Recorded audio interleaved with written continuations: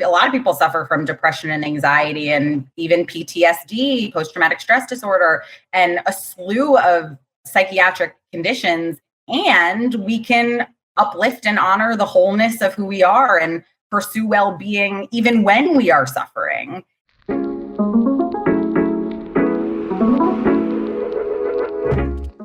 Hello, and welcome to the Psychology Podcast. Today we welcome to the show Jordyn Feingold, resident physician in psychiatry, co-founder of the Positive Medicine Program, and co-author with me of the new book, Choose Growth.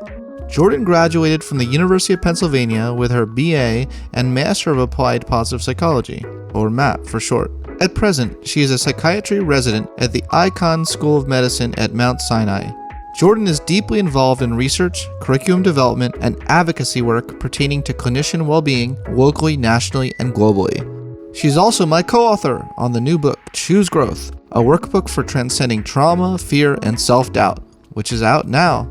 In this episode, I talked to Jordyn about positive medicine and the importance of choosing growth. As a physician and positive psychology practitioner, Jordyn is on a mission to shift the focus of medicine from treatment to well-being. As much as our physical health can influence our mental health, the reverse is also true. She talks about the impact and practical applications of positive psychology in healthcare.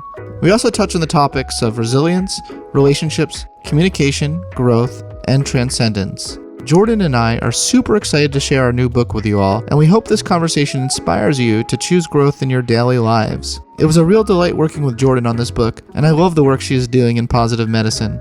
I remember when Jordyn was an undergraduate in my positive psychology class at Penn. She was one of my best students ever. I'm so proud of her. She has come a long way since then, but she's always been awesome. So without further ado, I bring you Jordyn Feingold.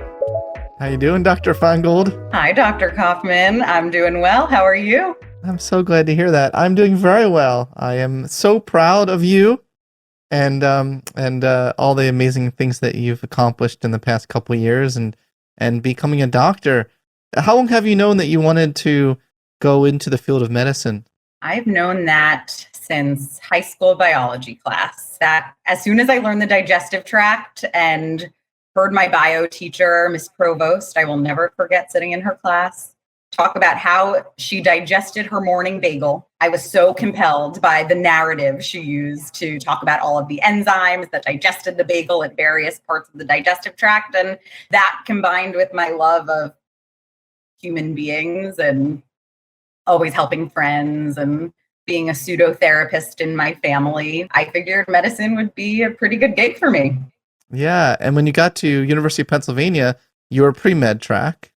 Is that right? I was pre-med from day one, and I majored in health and societies. So I did take Psych 101, but positive psychology was the second psychology class I ever took. And as you know, because you were the professor, it would not be the last psychology class I would take. I was hooked. That's right. That's true. I was your professor. And you were my best student of all time. So there's that. I love when you announce that when I guest lecture for your Columbia students now, and you say, "This is Jordyn Feingold. She was my best student of all time." And I'm like, that was in 2015. It's important you to all have raise a the chance. bar. It's important to raise the vibration and have them something, to look up to and and to aspire to be. No, it's a great role model. It's a true honor. I guess I'll say you were my best college professor.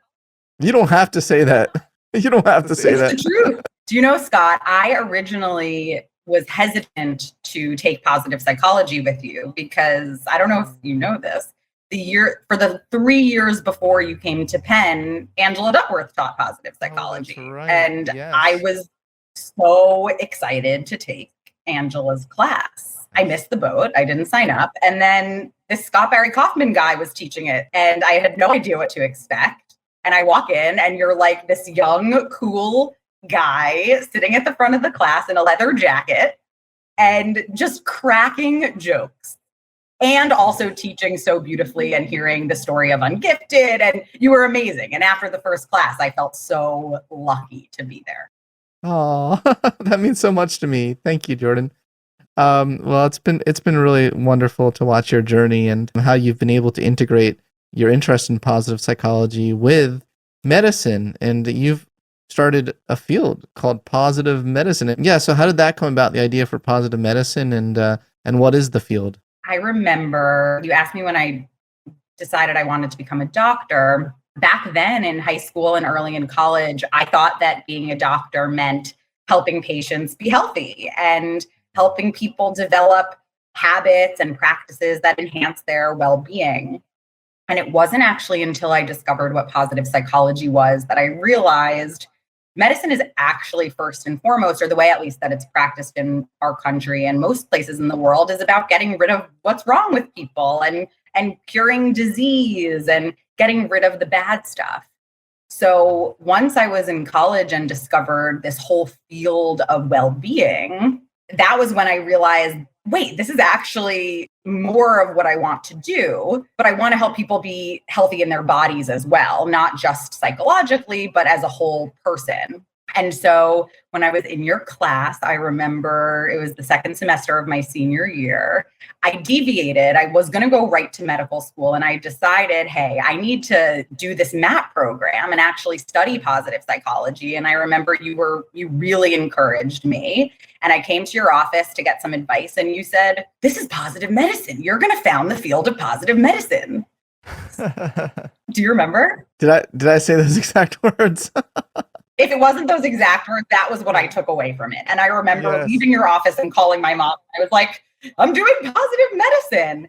And that's what I did. When I graduated, I worked full-time as a research coordinator, running 3 randomized control trials at UPenn at the med school. And those were all about behavioral economics and financial incentives for different aspects of behavioral change, which was fascinating. And simultaneously, I was doing the MAPP program and getting to really study the science, the theory, the philosophy of well-being. And through the process of writing my master's capstone and really thinking about, there are so many potential applications of positive psychology and medicine. Where do I even begin? What I learned in talking to a lot of doctors and a lot of patients and just folks in the field is that doctors and healthcare workers themselves were really struggling with a lack of well-being. And this question of, if doctors are struggling and they're supposed to be the ones promoting patients' health and treating disease, if they're struggling, how are we ever going to get this to patients? So the focus of my work became working with clinicians and healthcare workers to embrace well-being principles for themselves and then subsequently giving them a skill set to translate to patients. So that's where it all began. That's what I wrote my thesis on. And the following year, when I got to medical school, I started applying it right away. And, as a non-doctor, it's really hard to create a field and make change and make waves. So I really have had to do it from the ground up, working with medical students first. And then as a medical student, starting to work with nurses and residents. And gradually, as I built my clout and understanding of what the field has been, I've just been moving up as I go and broadening the populations that I've had the opportunity to work with. Well, I can say my instincts were correct, because I do remember thinking to myself, this is a real leader. You have a sort of a characteristic, the characteristics you have, you can be a real leader of something. And so good to see that I was right. It sounds so important for this field to exist and for doctors to be trained in something beyond medicine. Beyond the body, right? I mean, tell me, in your training in med school, how much did you learn about the brain?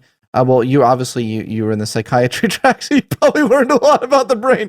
But how much as like the standard curriculum, did you learn about the science of well-being? That's my question. There was one lecture in my orientation when I was a first-year medical student that they mentioned positive psychology and well-being, and PERMA was mentioned, and mindfulness.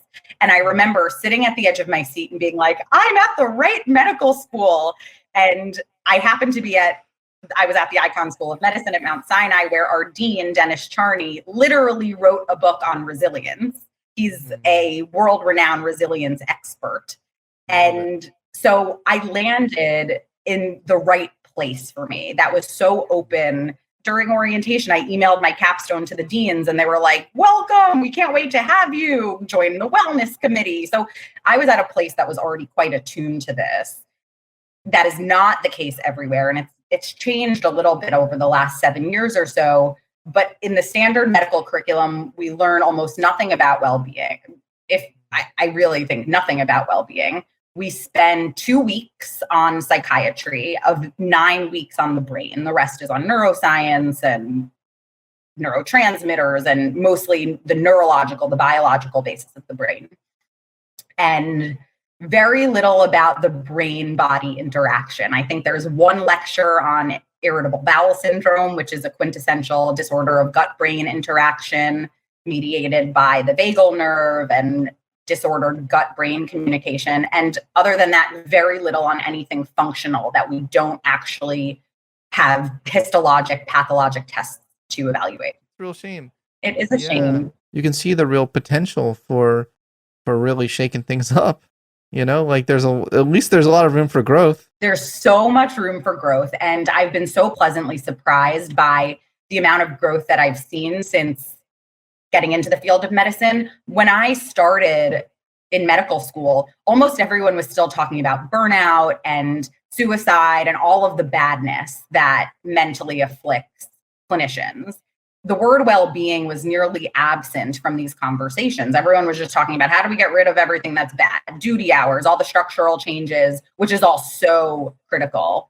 And we know that the organization and the system is responsible for most of that which afflicts doctors, the burnout, all of the distress. Now people are talking about organizational well-being, what interventions we can do to help promote the thriving of doctors. And that was really absent when I started, or I wasn't seeing it anywhere. It's mind-boggling. Yeah. All that we know about the mind-brain connection, embodied cognition, it's just mind-boggling to me. What are your thoughts on the emerging field of embodied cognition? How have you brought it into your own work at all? I can't even tell you the number of patients that I've seen throughout my first few years of training who come to the hospital thinking, or they're brought in by their loved one with something totally wrong with their body. I'm not eating. I can't hold down food. I've been weak for months. I can't move my leg. What these people are experiencing are some sort of grief or conversion reaction where, of course we have to do tests and rule out organic pathology, make sure the person's not having a stroke, that they don't have an underlying infection. And once we rule that out, most doctors are trained to say, okay, there's nothing wrong with you. You can go, you can go home. There's nothing wrong. It's in your head. And what I found to be so meaningful and some of the best experiences that I've had are educating a patient that what's going on in your body may be a manifestation of something that's happening in your life and going on in your mind. And it's really being processed through this physical symptom. And validating that you're not making this up, you're not crazy, that sometimes this is how the body works and it's complicated and it's mediated by mechanisms that we don't necessarily know a whole lot about, but there is a lot that we do know.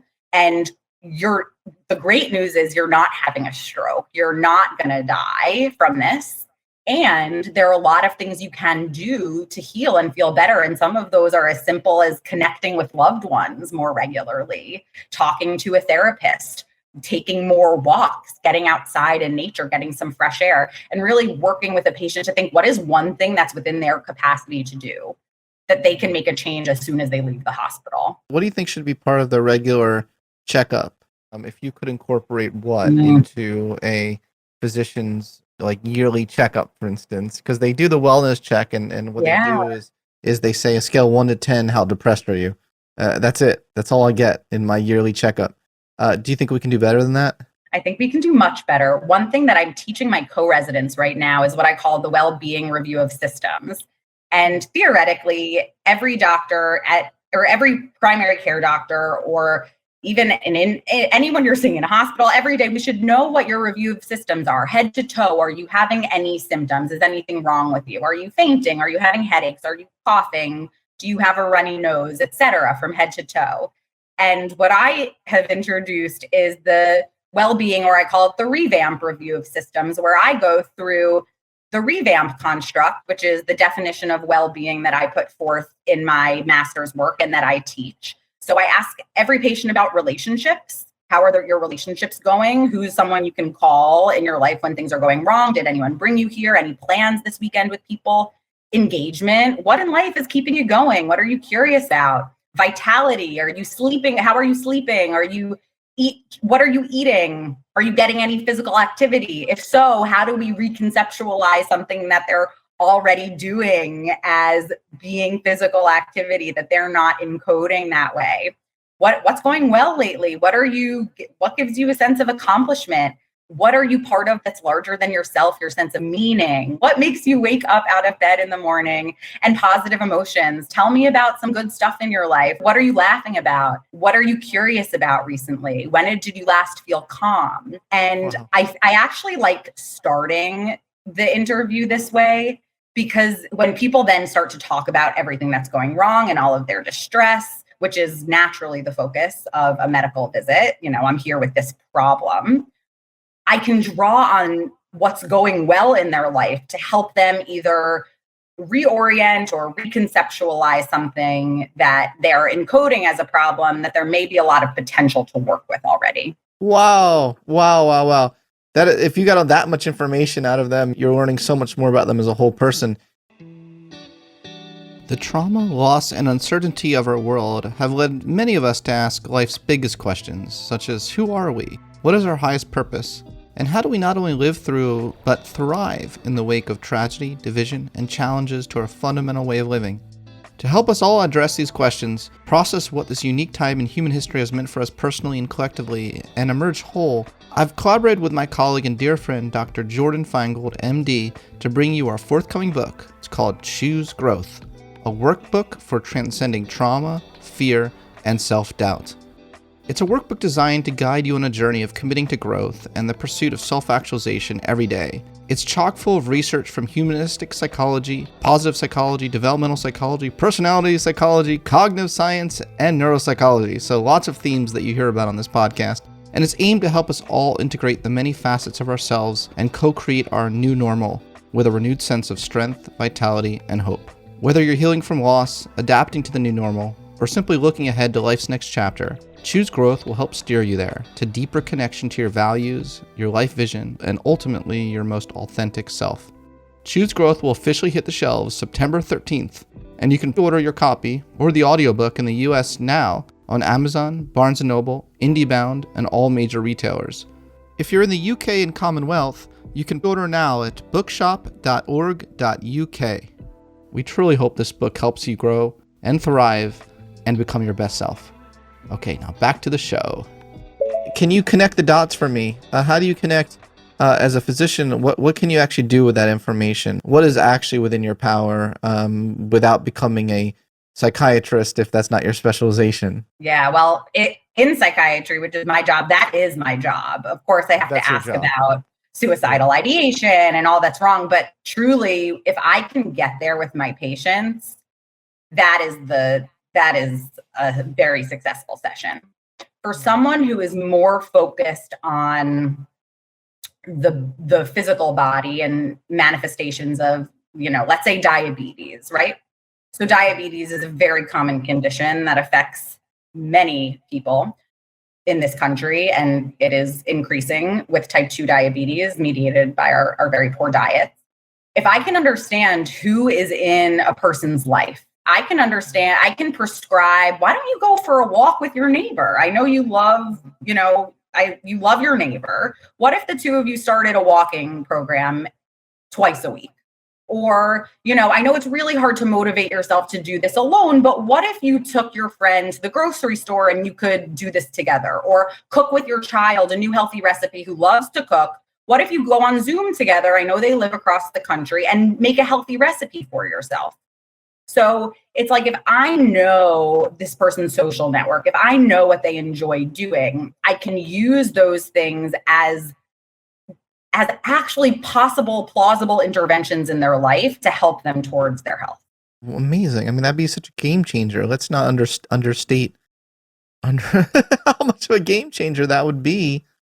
In even recognizing that our thought patterns and our cognitive distortions can influence things like diabetes. Like, it's not Oh yeah, right? It's not just one direction where we get sick and then we get sad.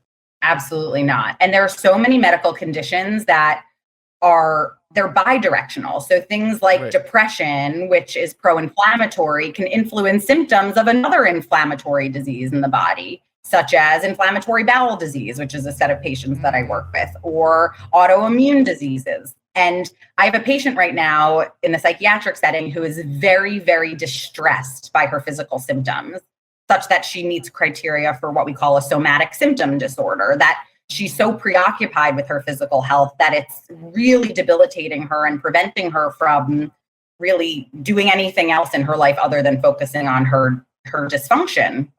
So creating a space to think with her about what is going well, where she can give herself credit for getting things done, what can she check off her list that she's been avoiding secondary to her physical symptoms, and just being there as a positive presence in her life to bounce off ideas. She's gotten so much less anxious, and now she's actually doing things that she's spending less time worrying about her physical ailments. Isn't that hypochondria? So hypochondriasis, but it's a very specific symptom that's bothering her, not symptoms in general. Oh, gotcha. Asking for a friend, Scott? Oh, Jordyn. Let's talk about our book that we were able to work on together, which Oh my God. I I think thought really you'd never ask. I think it really brought out our complementary strengths. I agree so much. It has been such an incredible joy working on this project with you. I think it's brought about every emotion in me, and whatever it has been, positive, negative, good, bad, ugly, you've been there to give me the reaction that I've needed. And I hope vice versa. Yes. Oh, yes. Quite so. And we wrote this book in maybe 6 months, which I think is probably a record. I mean, it's incredible. So just to give people a little context, we, Jordyn and I really felt this urgency to get a workbook out there to help people with their growth during this time, this specific time in human history where it seems like there are things coming at us in every direction nonstop. Just when you think that one variant is gone, the next variant comes in. And then when you think, one political thing has maybe been resolved, it gets even worse than you even thought it was possible to get worse. So anyway, we rolled up our sleeves and we wrote this book together called Choose Growth, which took us only 6 months to write. And that is probably a record. It's definitely a record for me in writing books, but it flowed really well. And it seemed to for you, it seems like these exercises that you came up with just poured right out of you. Am I right? They did. Yes, and they did because it was such a reaction to what I was experiencing. And I think so many people in my life were experiencing. Like at the beginning of the pandemic, before we wrote this book, I felt really probably the most depressed that I've ever felt in my life. In maybe, let's say, June 2020, I felt the most helpless, the most isolated, the most sort of bleak that I think I've ever felt in my life. Really? I'm lucky to be kind of an out the womb optimist, and I have a pretty high happiness set point. And you do.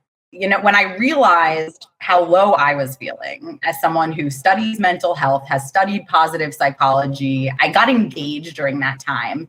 Yeah. I was still, I had this revelation, like, if I'm suffering the way I am, how the heck is anyone else functioning?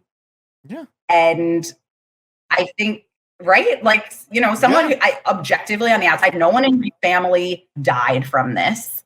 And yet I was so overwhelmed by the unknown, by the fear of what was going to happen. There's just like what the future was going to be. Medicine became really scary. Like I knew the next year I'd be in the hospital treating these COVID patients who were dying left and right. We didn't have enough ventilators.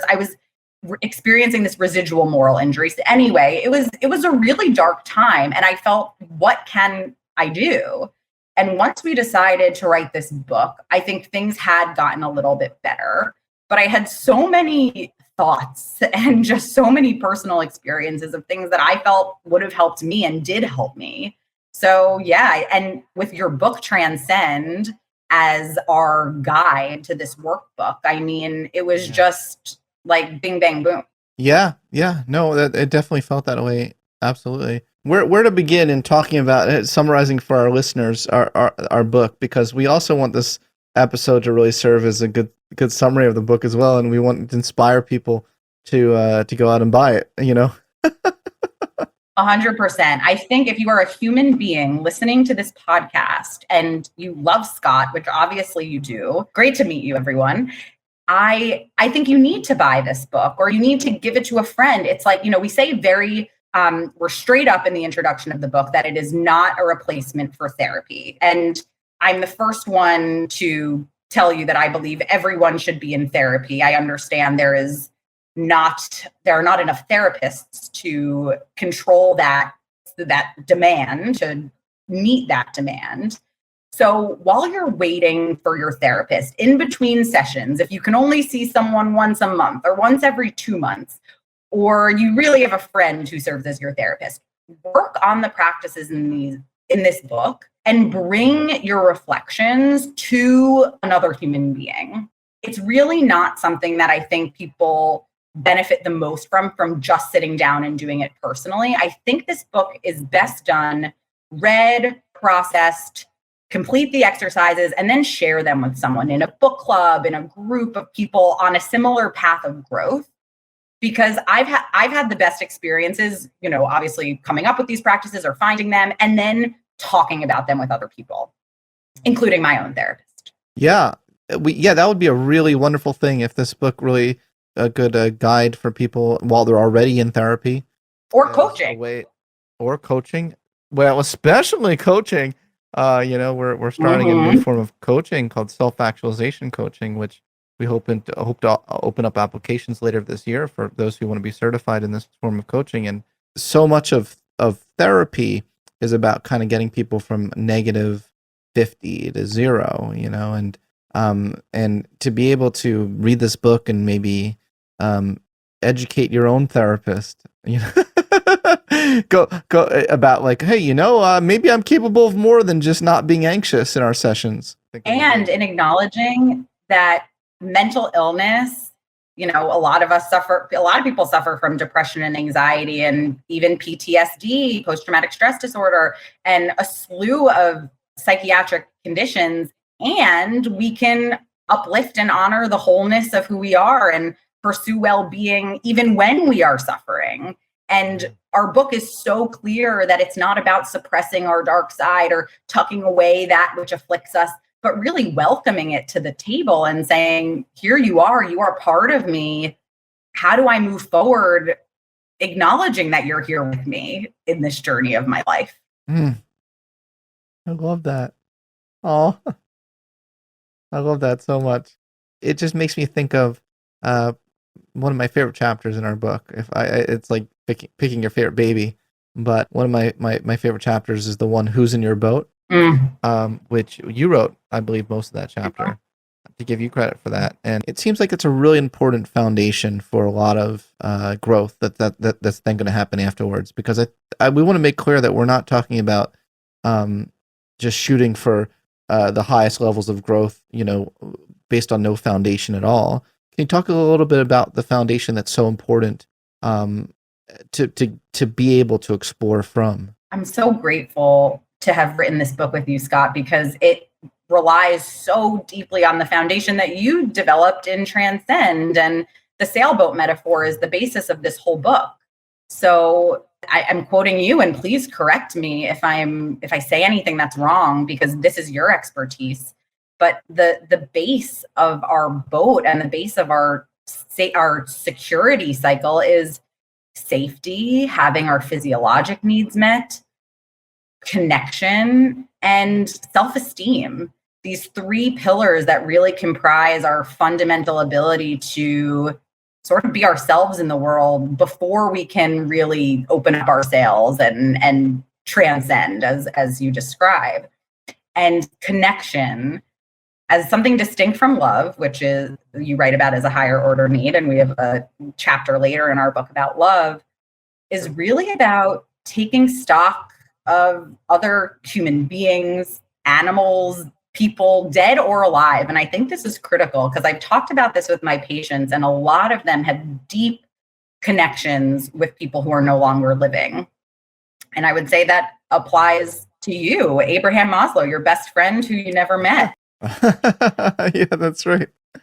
That we can have deep connection with those who are no longer with us, who we may never have met, but connectedness to another human being and another feeling like we belong and that we are accepted and that we have people or the other beings to turn to for support. And we have this question in our book, who is in your boat? And we have a scale, and it's, I am so inundated with connections, I don't even know where to start. To, I have some connections and they're not so high quality. I'm not sure who I would want to bring with me on this journey. And then the very real response, which I hear from people often, is I actually have no one. And there are too many people on this planet who genuinely experience the world alone. And it's an epidemic. It's something Vivek Murthy, our Surgeon General, wrote a whole book about right before it came out as the pandemic was happening. And COVID was such an isolating time for people. And I think of all of the things we write about in our book, having other people, the presence of positive relationships is just the most important thing for well-being and living a meaningful existence. That if we can take anything away from this book, it's how can we deepen and enhance some of the connections that we already have or build ones with people who we don't yet have connections with. I love that. And one of the areas you specialize in within the need for connection is active constructive responding technique. You are the world's leading expert on this. Do you want to do it a little bit? I would love to do some active constructive responding. This is a really important part of a healthy, what we call, and what Jane Dudden and her colleagues call a high quality relationship. This is an important core part of a high quality relationship. So Scott, any good news that you have going on recently that you... Oh my God, I'm so excited, Jordyn. I just got a book contract for a book called Choose Growth with my best student of all time. Her name's Jordyn Feingold. Isn't that amazing? Choose Growth. What an incredible title. Tell me more. How did you come up with this idea? It's Maslow. Abraham Maslow has a quote. You can either choose to go forward, you can go back. You can choose to go back towards safety and fear, or you can choose to move forward and choose growth. And we must choose growth again and again, and overcome the fear response again and again. And it just seemed like that word choose growth would be great for a book. Oh wow, that is such an important and amazing quote. And you wrote a book basically all about Abraham Maslow's life. This is so coherent. Well, you're not wrong. I love it. Congratulations, Jordyn, my friend. Oh, thanks, Jordyn. So that would fall in the quadrant. That would be positive. What would that be called? That would be active constructive responding. Active constructive responding. It also, dare I say, would fall under Carl Rogers' notion of unconditional positive regard. Absolutely. Maybe. I would say so. I would say so too. I think Carl Rogers would say so. Okay, let's do one more example, and don't tell anyone what it's called yet, what the response is called yet, and we'll label it later. But let's do this. Should I demonstrate? I should demonstrate a different style. A different style, so we can show the contrast. Show the most maladaptive one. The one that's most strongly correlated with relationship dysfunction. Okay, I can do that. Okay. For those of you watching at home, my cell phone is out. Okay. Oh my gosh, Jordyn, I just got a book contract for a book called Choose Growth with my best student ever, Jordyn Feingold. Isn't that amazing? That's cool, Scott. I can tell you're very excited about this. I just got a really important email. Do you mind holding that thought for I don't know, until tomorrow? I don't know how long my eyes can stay this way. I'm so sorry. I'm just so busy. I'm so busy at work. I'm a doctor, Scott. I'm getting patients emailing me. Can we talk later? I know you're very busy. It's true. Yes, absolutely. We'll talk later. I'll go call my mom. Tell her. Yeah, she'll root for you. You know she will. Oh, that's so painful. I hate that. Now, what's that called, Jordyn? So that one's actually called passive constructive. It's not actively destructive, but it's passive versus active in the sense that I'm sitting on my phone, I'm chilling. I'm like, oh, that's great. Let me, I want to hear about this, but I can't right now because my stuff is just too important. Passive constructive. Okay. Well, this is really good to know. And what are some other elements that make up a high quality relationship? So I love Jane Dutton's concept of high quality connections. It's really been studied in the workplace, and we talk about this in really any working relationship. I'm just going to pull up our chapter in the book so I don't misquote us or Jane and her colleagues. I believe Emily Heafy is one of her co-authors. And really, there's four qualities of the connection that she talks about. One is trusting.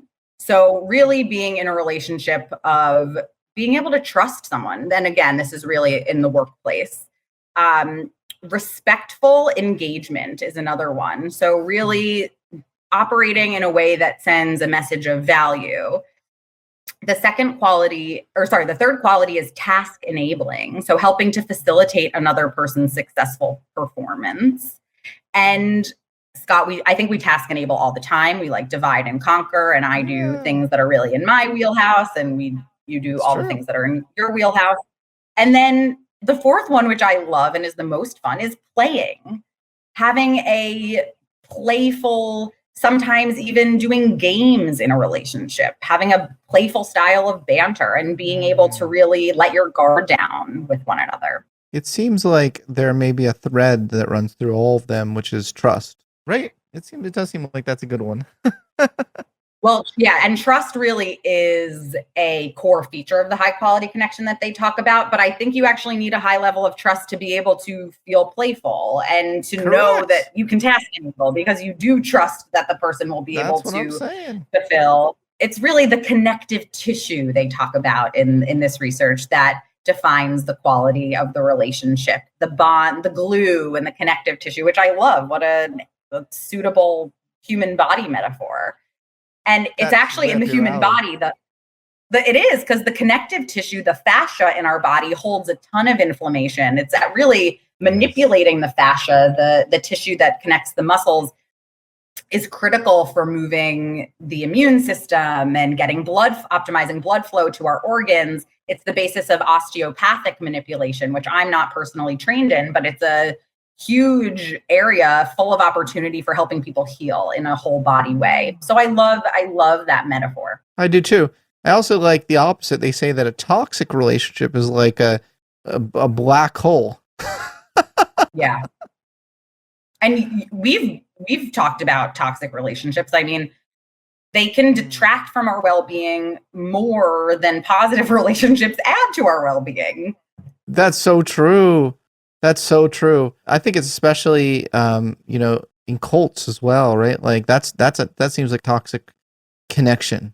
Well, certainly. It's like the personality structure of someone who probably has narcissistic personality disorder and other cluster B traits, sort of feeding on people with personalities who are more dependent and need that organism to get their nutrients from. So it's this personality power structure that gets amplified and magnified to the narcissistic folks or questionable, sometimes more immoral aims. Wow, I've never heard of anyone quite put it that way, but that's brilliant.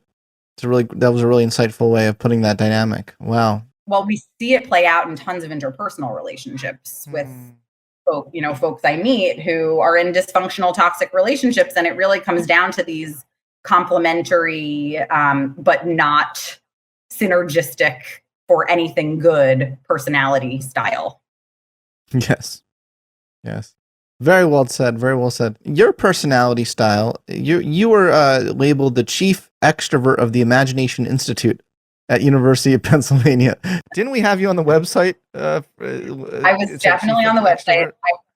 I remember sitting in your office and you were like, I really need your help with outreach and engaging with some of these experts we're going to bring in. You're really chief extrovert. I think that's what we're going to call you. So yes, Scott, you named me chief extrovert, and it is a title that I wore so proudly and continue to wear. I think it's on my LinkedIn profile. Are you serious? I think it is. I love it. Well, you are a very get shit done kind of person, and you also don't suffer fools gladly, as the expression goes. I think that's the expression. Google that. Does that resonate? I have to admit, I don't know what that expression means. We can Google it. Let's Google it. It says suffer fools gladly is a well-known phrase first coined by St. Paul. The full verse is, for ye suffer fools gladly, seeing ye yourselves are wise. Okay, so what does it actually mean? It means to be kind and patient with people who are annoying or bothersome. You're very graceful in dealing with things as well as assertive. Thank you. Okay, so Scott, I have to say, just the act of you looking that up, you are so intensely curious. I love it so much. It is one of my favorite things about you. And you have helped me so much learn how to be assertive, which I love that that's something we write about in our book, but you've helped me actualize it. You've helped me fight my own imposterism. You have helped me advocate for myself, and you have been such a fierce cheerleader for me over these years, telling me I was going to build positive medicine. You have sculpted me. You have practiced the Michelangelo phenomenon with me, helping me realize my most ideal self. I'm very touched to hear that. I'm so happy to hear that. So thank you for saying that. But yeah, I feel like you're a nice combination. This is what you already had within you, right? That's the whole thing about the Michelangelos. You're not making, what am I trying to say, a turtle out of a cow. I don't know, whatever. You're not changing species here. To be able to integrate assertiveness and healthy assertiveness with graciousness and kindness, it's a very hard, sweet spot to get to. I really admire that about you. So thank you for being, and for the kind words you said. Thank you.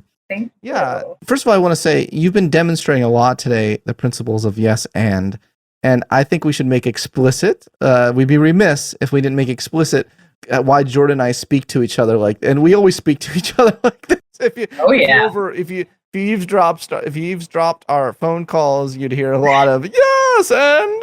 So can you explain to our listeners a little bit why we're such big fans of this? Absolutely. So I grew up doing a lot of theater, and part of a lot of my theater warm-ups was always this game, yes and, which is integral in improv. And I'm so delighted. One of the many reasons that Scott and I work so well together is because we are both children of the theater of improv. And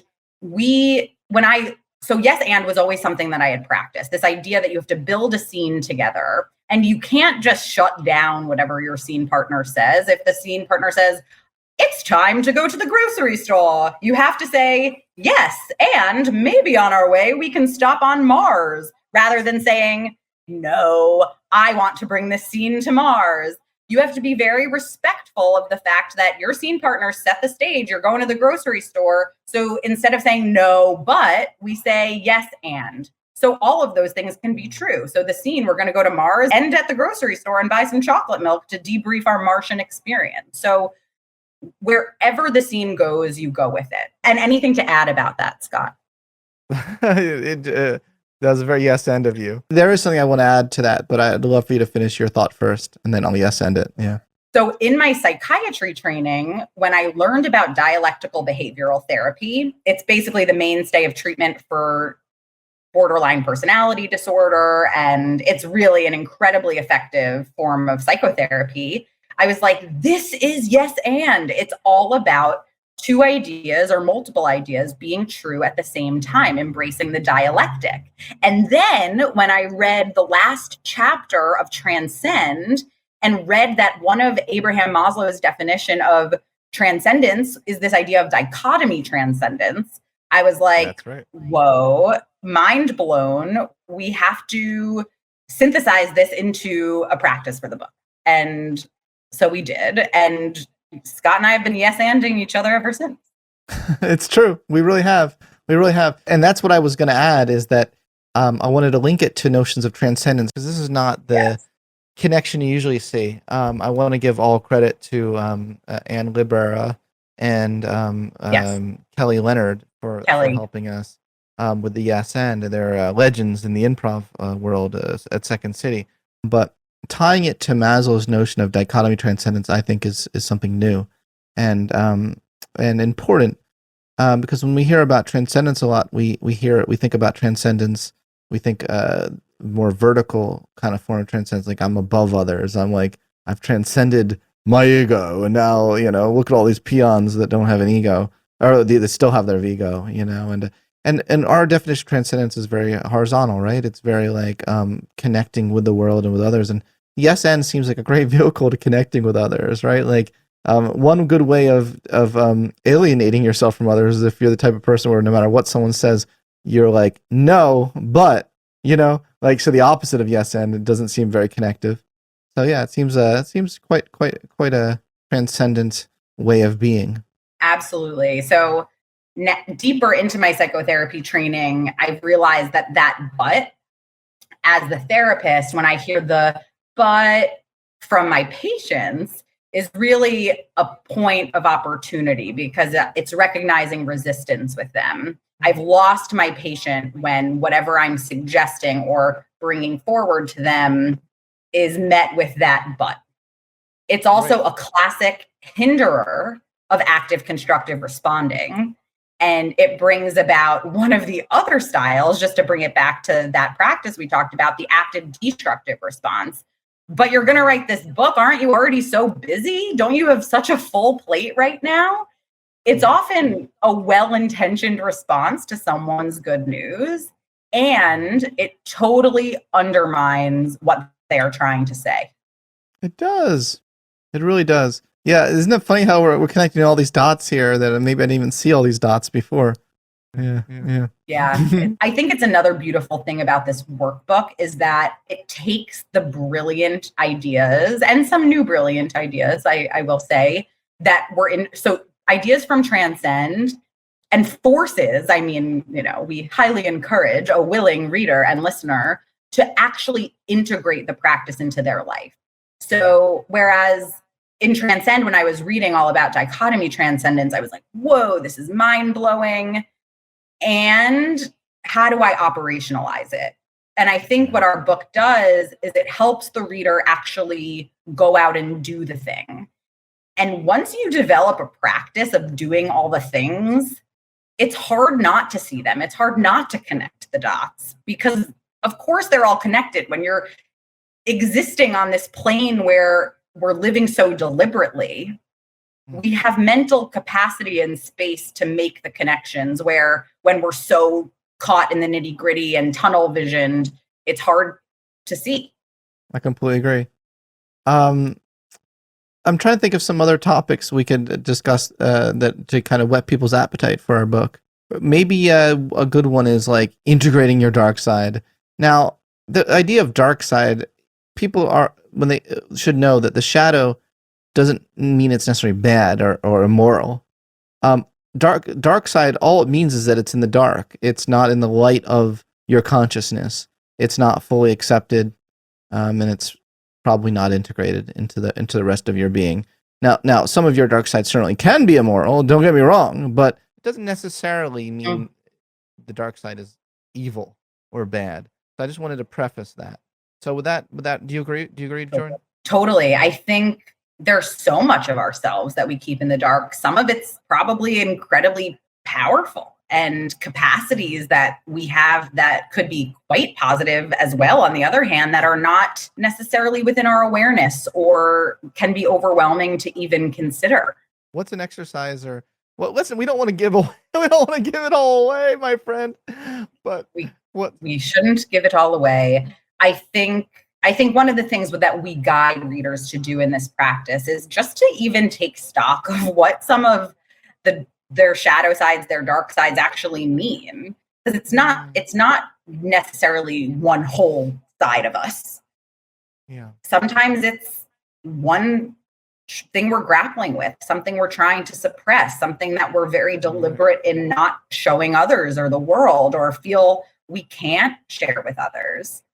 And some of those things are so deeply buried that we don't let ourselves acknowledge them.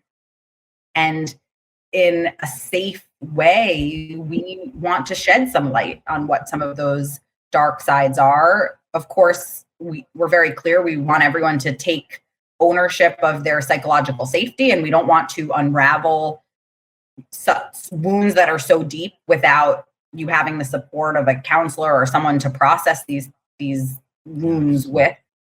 But there are a lot of things that we choose, consciously or not, to hide below the bed, and we want to begin to shine the flashlight under there and say, get some of the dust off, and say that you are not all of me. And by bringing you into my life, acknowledging, engaging with you, I can gain more mastery. There might be a lesson here. I might be more at peace. I might sleep better at night if I actually bring you in. I really like that. Change your relationship to it. I really like that a lot. Well, Jordyn, I don't want to give too much away here, but it has been so delightful having you on this podcast, and I want to tell our listeners that our book Choose Growth is out this week. So you can listen to it on the audio, which you can hear both of our dulcet tones, or or you can read it on Kindle or physical copy. Look, folks, I do this podcast every week. I've done it every week for the past 7 years, and I rarely on this podcast pitch my own book. So I'm owning it this week. I'm owning it. I'm saying, check it out, because every week I feature someone else's book. It was for 7 years, and I'm going to have fully step into the space of saying I'm darn proud of this thing, and I'm darn proud of working with you, Jordyn. It is so mutual, Scott. I am so delighted that you are proud of this book. And I think your listeners are going to love it. And I love it. And it's helped me. And I really hope it helps you. Me too. Thanks, Jordyn. See you soon. Thanks, Scott. Thanks for listening to this episode of the Psychology Podcast. If you'd like to react in some way to something you heard, I encourage you to join in the discussion at thepsychologypodcast.com or on our YouTube page, The Psychology Podcast. We also put up some videos of some episodes on our YouTube page as well, so you'll want to check that out. Thanks for being such a great supporter of the show, and tune in next time for more on the mind, brain, behavior, and creativity.